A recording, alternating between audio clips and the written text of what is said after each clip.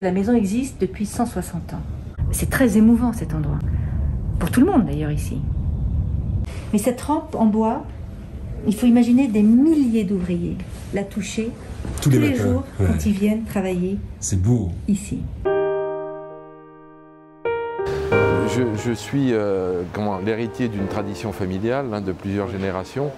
Et c'est vrai qu'on a toujours essayé dans ma famille, et en tout cas dans la direction qu'on a donnée à l'entreprise, de respecter des principes de base qui est d'abord ne jamais transiger avec la qualité, et puis essayer de rester toujours proche du monde de la création, de se renouveler, et également d'essayer d'avoir un outil industriel qui soit le plus au goût du jour. D'abord, c'est un matériau qui est magnifique, qui est sensuel, qui permet de jouer sur la couleur, sur la forme, la sonorité, donc ça touche beaucoup de choses. Et puis le toucher, parce que c'est agréable à toucher la porcelaine. Bon, la porcelaine, c'est très lié à Limoges, il y a un gène kaolin dans chaque habitant de la région. Et effectivement, étant une entreprise éponyme et certainement d'abord la plus importante et puis probablement la plus connue, ça crée des responsabilités. J'aime tous les aspects de l'entreprise, la production, la création, la gestion, le développement, la stratégie. J'ai beaucoup de respect en particulier moi pour tout ce qui est le façonnage et la production, parce que vous savez, une usine de porcelaine, en fait, c'est une corporation d'artisans. C'est une chaîne avec des tas de petits maillons, avec des artisans dedans qui ont chacun un savoir-faire bluffant, surtout pour les gens qui, comme moi, ont deux mains gauches. Donc voilà, moi j'adore ça. Ouais. C'est un métier d'art, donc c'est ce que je recherchais étant jeune. Vous savez, j'ai la chance d'avoir une trois générations ici. Le grand-père, le fils et le petit-fils. Pierre Bernardo, c'est le grand-père, il nous disait, c'est pas qu'on ne sait plus le faire, c'est qu'on n'a plus le pouvoir de le faire. Vraiment, lui voulait qu'il y ait toujours du travail à la main sur sa porcelaine. Il a toujours insisté là-dessus, et du coup, son fils, son petit-fils, ont gardé le même esprit. C'est vrai qu'il y a un vrai souci en France par rapport au travail manuel. Il faut remettre en avant l'intelligence de la main, la revaloriser aux yeux des gens. Nous avons vocation à assumer le patrimoine porcelainier français et à le faire vivre dans toutes ses composantes. Mais justement, la beauté des arts décoratifs à la française, c'est qu'ils ont su évoluer, il y a eu des modes, il y a des modes. On s'inspire des fois d'ailleurs de traditions qui nous viennent d'ailleurs. La technologie amène toujours beaucoup.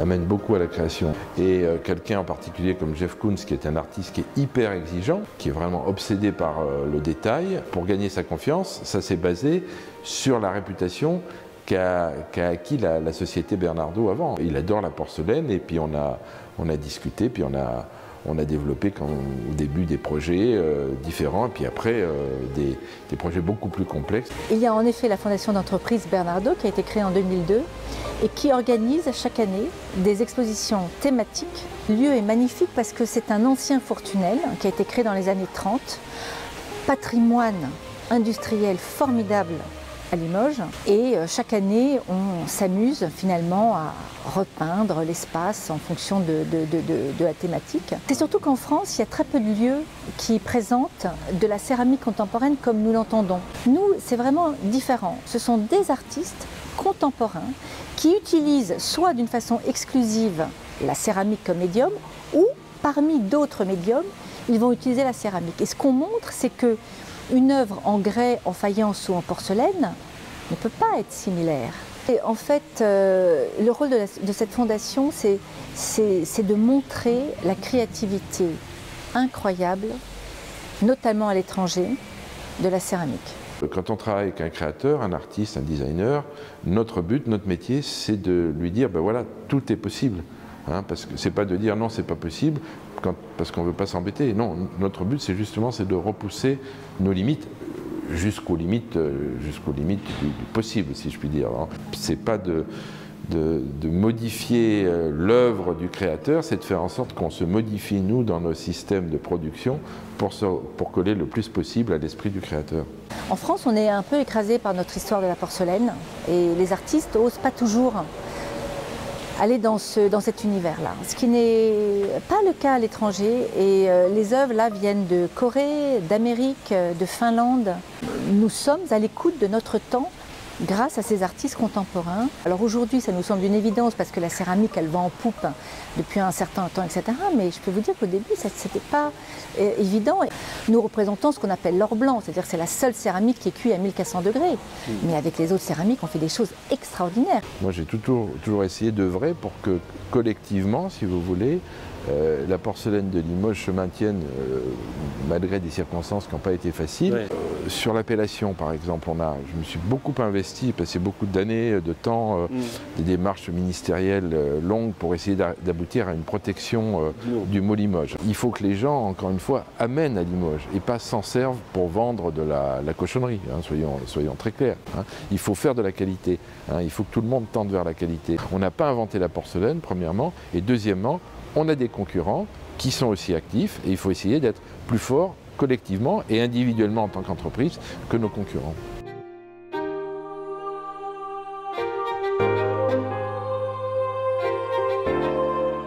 Je suis inquiet de rien et de tout. Je suis vigilant, si vous voulez. J'ai la chance, moi, d'avoir succédé à des gens, mon père, mon grand-père, mon arrière-grand-père, qui ont beaucoup travaillé, qui ont construit voilà, ce qu'est la manufacture Bernardaud.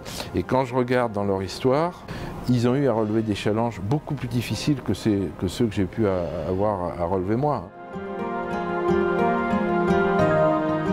Le tourisme, d'abord, ça fait tourner l'économie, hein, et puis ça ouvre les mentalités. C'est quelque chose qui est essentiel et qu'il faut essayer de développer ici, plus. Hein, et pas de raison de rester caché. Hein. C'est quoi le Limousin? C'est l'heure d'aller manger là. Ah ben, c'est une bonne question. Hein. Parce que comment ça se définit les Limousins? Vous êtes dans un train, vous regardez le paysage, et puis à un moment vous voyez des animaux. Voilà, c'est ça le Limousin. Vous dites je suis en Limousin. Vous voyez des animaux dans les prés. C'est vrai. Vous arrivez de Paris, vous traversez la Beauce, il n'y a rien. Vous traversez la Solonne, vous voyez rien. Et vous arrivez, vous voyez des vaches, des moutons, vous êtes en Limousin. Et merci beaucoup.